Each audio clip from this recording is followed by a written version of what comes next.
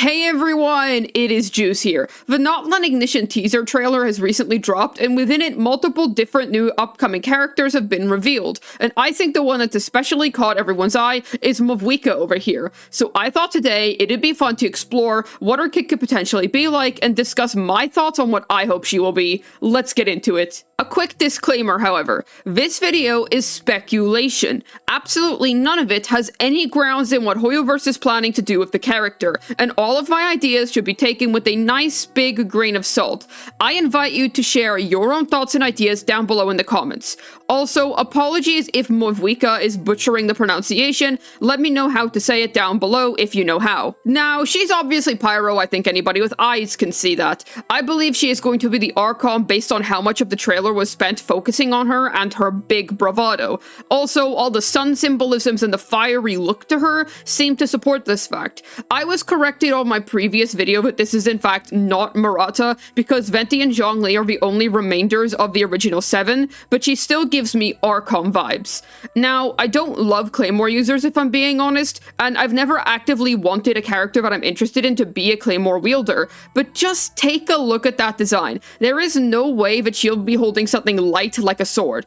Polearm could potentially work because they made it work on Raiden, who is also a tall female model, but having 3 Polearm Archons would be kind of boring. We don't have a Claymore user Archon yet. I wouldn't rule out Catalyst completely either, but I think a Claymore suits her better. Every Archon also embodies the essence of what their element is supposed to do. Best Boy Venti is a grouper, Zhongli is a defensive unit, Raiden is a battery, Nihida applies her element in spades and deals in elemental mastery, and Best Girl Farina combines both main aspects of Hydro by being both a buffer and a healer, primarily a buffer though. Pyro has generally always been associated with damage, so I would not be surprised if Murata would be a dedicated DPS of sorts, with buffing on top perhaps. This is not too far-fetched of an idea because Raiden herself is an on-fielder. Would it be absolutely busted? Yes, but it's worth mentioning that Raiden was seriously busted for 2.0's era as well. Every Archon is always the best pull possible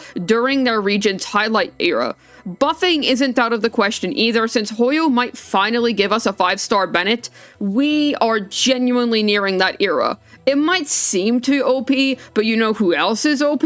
Farina. And look, we're all breathing fine and managed to survive the Fontaine meta in one piece. Now, if she is a DPS, yes, she will obviously be the best DPS in the game for the entirety of Natlan. I don't even think that needs to be stated. Because we're getting 2 5-star cryos in Natlan as well, with Citali, the pink-haired girl, and Chasca, the cryo Clarand, there is a chance that Mavuika will work super well with Melt, which would be a dream for me since I love cryo and would enjoy seeing it make a comeback, especially since cryo as an element seriously needs a buff of sorts. Otherwise, I expect her to be a standard vape unit as always when it comes to Pyro DPSs, with potential Farina synergy.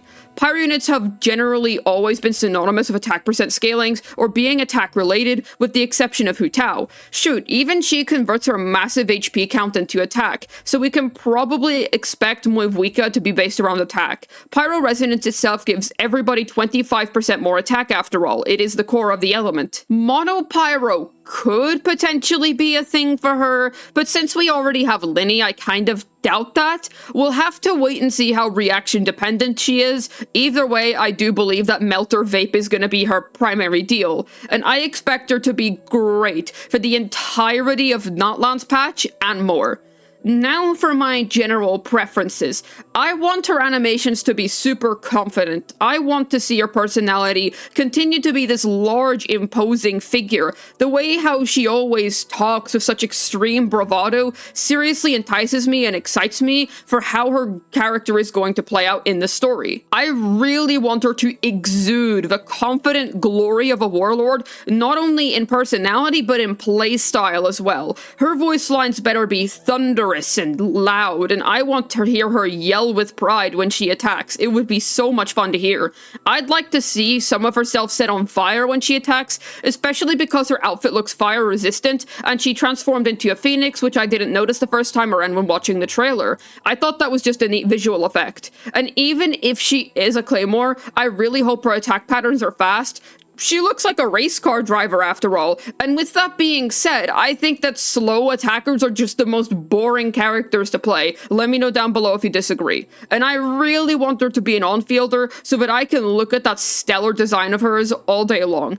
And I really, really hope she doesn't mellow out or lose the high aura she carries around her. And I am begging her to work with Cryo. Please throw us Cryo enjoyers a bone out here, Hoyo. But then there's the debate of can she beat Bennett? After all, the Bennett is a Pyro Archon meme has been going around for as long as the game's very inception, considering that Bennett was in the game in 1.0, and now that we're actually getting the Pyro Archon, everyone's wondering, is she gonna replace him? Is she gonna work with him? What's the deal going to be there? After all, Bennett is both a great attack buffer and a healer with huge flexibility who has been dominant over the meta for the many years that Genshin Impact has been out. To this day, he is still filled with mountains of meta relevance. I would say the answer is yes. I don't think she's going to heal because Farina already has HP mechanics as her main gimmick, but if they go the buffer route, all they'd really have to do is increase the attack buff by an absurd amount, make it team-wide, and remove the circle impact restriction.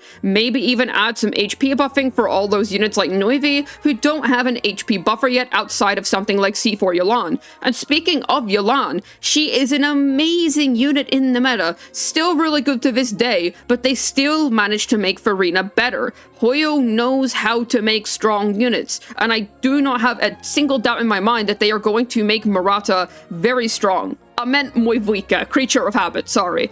But we have so many good healers that I don't think we need to replace Bennett's healing role, and they can exist separately in that sense. And Bennett wouldn't totally fall off with this either, because if I'm being honest, I expect Mavuika to work either with Bennett or be a secondary Bennett if they do choose this route.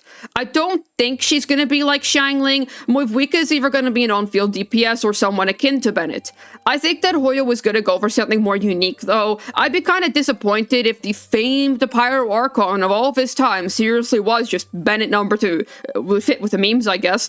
Hoyo always manages to surprise us when it comes to the kits of powerful characters, so let's just wait and see where things go from here. In terms of DPS Powercreep, because that's also an interesting thing to think about whenever they're gonna make an Archon, an on-field DPS of sorts, I believe that whenever a new region starts, the power creep is still gradual. It doesn't really start to really take effect until the Archon of that region comes out. So I think we're going to get the new Natlan units of 5.0, then 5.1, and then we're really going to feel the disparity between Fontaine units and then Natlan units whenever the Pyro Archon comes out. And I suppose something else worth noting is that usually an Archon works very well with the characters in their given region, or their mechanic works really well with characters in that given region. For example, Zhongli is really good with most Liyue units, and during his time, back then in the 1.0 to 2.0 era, he was best with characters like Hu Tao Xiao and whatnot.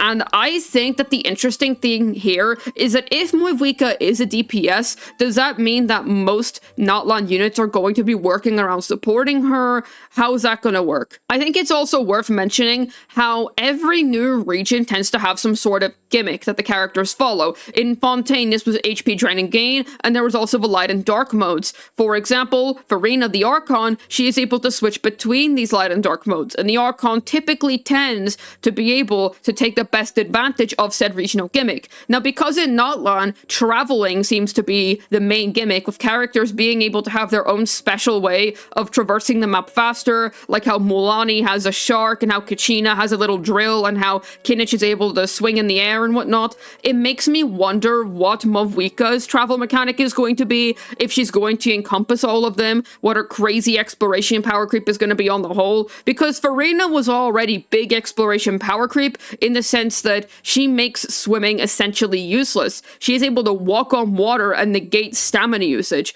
So while Overworld is easy, it's still interesting to think about.